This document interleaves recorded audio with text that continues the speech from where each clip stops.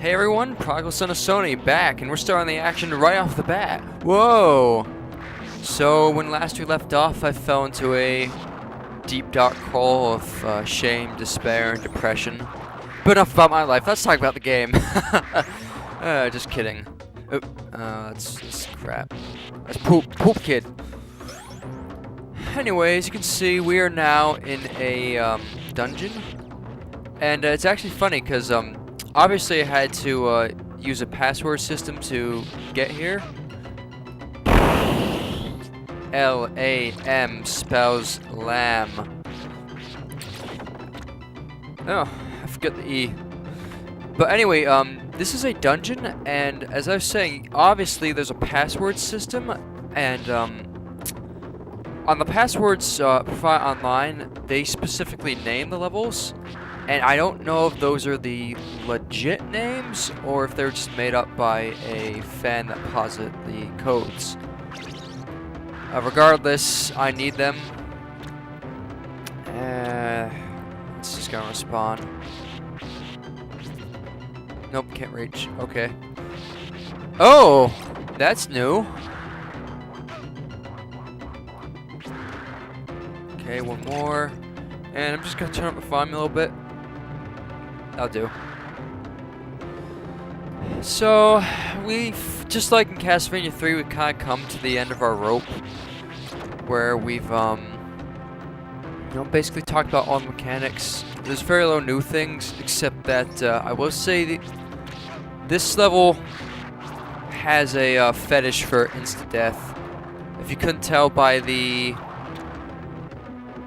spike platforms, then, hey, to each his own, right?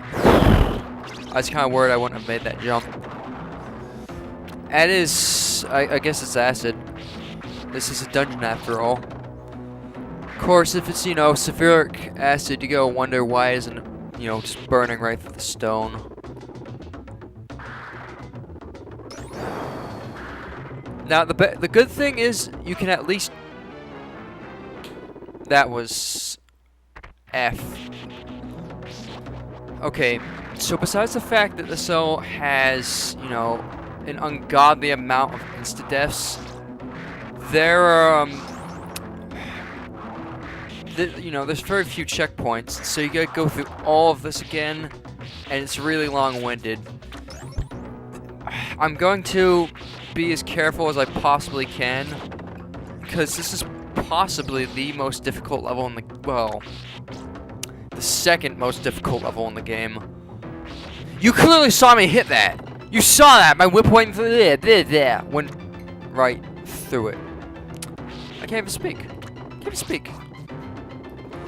So you get the skulls and the alcoves. That's very, very French catacomby. Can I... Come on, over here. Yeah, there we go. Little blue effer. Sorry, I just watched Communion last night with Christopher Walken. So, things have been going on. The Criterion sale at Barnes & Noble has just ended, and I'm going to say that's... Oh, come on! I hit the side of it! So much for being careful. Anger. If that happens again, I'm just gonna fast forward.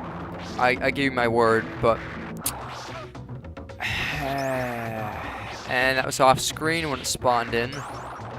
Hooray! But yes, the Criterion sale at my Barnes & Noble just ended, so... I'm going to chalk that up as a good thing, because I was about to go there today to buy a bunch more films. I was like, oh, I could be using this money on something else that I want. So yeah, the sale ended yesterday, and that saved me like 80 bucks. I'll probably put that to... Oh, I don't know what I'll put that to. Besides that, I went to my local used bookstore. And I've been watching Frasier. And it's just like... It's rubbing off on me, they're very cultural, you know, besides the foppishness, they're very learned persons, and it's like, I kind of want a little bit of that. So I went down to Kelly's to take a look at, you know, plays, poems, essays, and classics, like the Aeneid. I made a list actually, and I turned out very well. There were a lot of things there that I got that weren't on my list, and there were quite a few things on my list that I did manage to get. And I just gotta find time to read these books. I plan on setting aside a day for reading after Final Fantasy VII, which I plan on doing right after this. Alright, so crouch, because I got a finicky third-party controller. Jump. Land. Jump. Come on and slam. Welcome to the jam. Alright, this is something I mentioned before. I'm just gonna talk about it before I do it. You see these platforms? Because they go up to the ceiling, I've always been afraid that if I touch the ceiling, I get crushed by jumping on them. Now, watch this. Nope, safe zone. It's all safe. And dead silence. There we go. It's a good thing they don't hit you after they fall. It's only during fall. And these things are back. The damn easy to kill dragons. But yes, as I was saying, the books. One of the books, this is Bob speaking about his heritage now. I'm predominantly Portuguese and Irish. I'm a good mix. And I'm really proud of, you know, my background, but I'd have to say it's more so with my Irish than it is with my Portuguese. I mean, I never really took the time to look into my cultural background, but when I was looking at the poems, I found a book called Sonnets from the Portuguese, and it was really cheap, small, and I got it. It was old. It was by Elizabeth Barrett Browning, I believe is her name, and she's instantly become my favorite poet. And it's a very, very good book of sonnets, and I really love it. And I think this might be a good introduction to my, you know, culture. Can I jump? Yes, I can. Thank God. I forgot you could do that. And my headphones are starting to slide off again. I'm just gonna adjust that. Alright. Believe it or not, if you try to jump, you're gonna land on this. So here's what you gotta do. You gotta take a leap of faith over here. And land into Fucks Magoo. Just gotta mess with his face. And he dies. I need to get a little Dancing Dan over there. Only two links in the chain are moving. That's very, yeah. And you've got these painting skull alcoves. I don't know. But anyway, we're almost to the boss of the level. And if we remember, oh God, it's gonna kill me. No, it's not. Thank God. Thank God. Thank God. I believe I made the checkpoint. What's coming? Because I just got invincibility.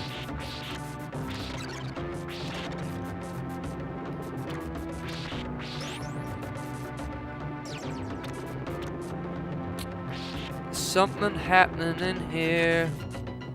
Bum bum bum bum. Castlevania. Give me a triple shot. I need it. This might be holy water. No, it's not. See, there's candles in these games that are so conspicuous, and it's like, maybe this is... Okay, that is definitely an item. That's the dagger, actually. Wanna see? Yeah!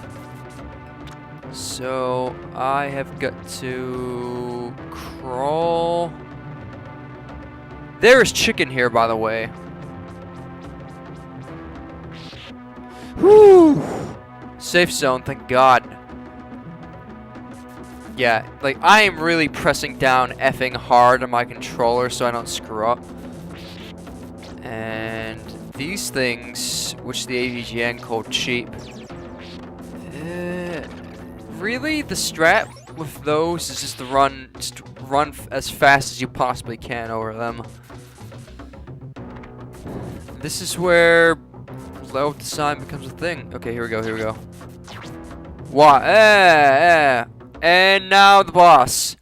It's a good friend, Mr. Frankenstein, aka the creature, because he was never named in the books. And, ooh, you can destroy those. I didn't know that.